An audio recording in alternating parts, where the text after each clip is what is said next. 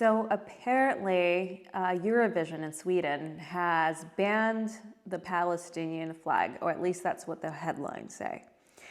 In reality, what they had stated is that only flags by countries participating in Eurovision would be allowed, as well as the LGBTQ flag and I imagine Sweden's flag.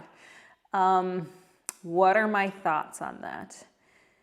Although I'm not pro-banning flags, I think there's a difference between waving that flag at the event in order to support the country that you're cheering for versus making it a political thing, which is exactly what was happening. So one, they're on high alert over terrorism threats, number one.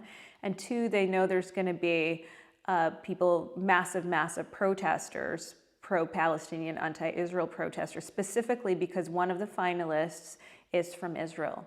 So they're protesting the fact that this woman who's, a musician, a singer, has made it into the finals or even is allowed to participate at all. So what they're trying to do ultimately is to de-escalate the issue. So I don't think they're banning it out of any sort of political signaling in terms of like, oh, we don't support Palestine or down with Palestine or discrimination against Palestine. I think it's more of a de-escalation strategy because they're turning this into a protest and an intimidation tactic. Because who is this geared towards, right? They're not, if there was a Palestinian singer performing and she was a finalist, I would say no way that you can, not allow that flag. Of course you should allow it. But if you're just doing it to protest or to intimidate, that's not what Eurovision is about. Eurovision has always been conceived as sort of a way of bringing together different nations in a competition and making it about the music, not the politics. And even in the coverage that I've seen of people who cover Eurovision, so YouTubers in particular, they've gotten a lot of pushback about not reviewing the Israeli finalist, and many of them have ultimately decided that music is more important than politics and have actually covered and said that, she did a terrific performance. So if Eurovision was selectively banning Palestinian flags because, and there was a finalist, I would say that that's very much wrong. But in this situation, I think what they're trying to do is ultimately just de-escalate and not have it turn into a political protest or intimidation tactic, as opposed to just allowing the competition to be politics-free and make it about the music. So further to the Eurovision situation in terms of not allowing Palestinian flags, we have a secondary issue, which from what I've gathered is not technically related to Eurovision, and it is more of a decision by Sweden, not Eurovision. But there is a demonstration planned, a rally where they plan to burn the Quran, and they have received permission to do so. And I have to say that I'm not a fan of burning people's, religious text, whether that's the Quran or the Bible or, anything.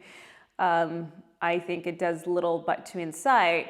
However, when we're looking at it legally, is that a permissible form of protest or language? Are you allowed to burn Bibles? That's a different question, and this seems to be an issue here. So they are planning this before the Eurovision Song Contest, but it is not, these decisions are not made by Eurovision. So this particular demonstration, which is the burning of the Quran, is actually being carried out by, it's described by the Daily Mail as a far-right extremist and an ex-Muslim atheist. And they have received permission from the city. But there is a precedent for that. There was a similar demonstration happening in 2023 in the summer. And actually the police didn't allow it to happen. And then it went to court.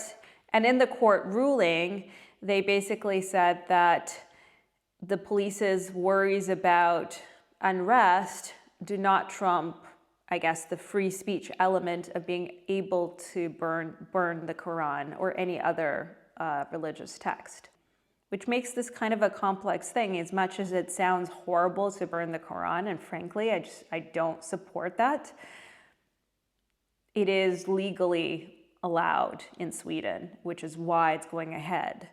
And this is a decision that's being made by Sweden versus the decision not to allow flags by performers that are not, by countries that don't have performers in Eurovision, as a decision by Eurovision. So those are two quite separate things.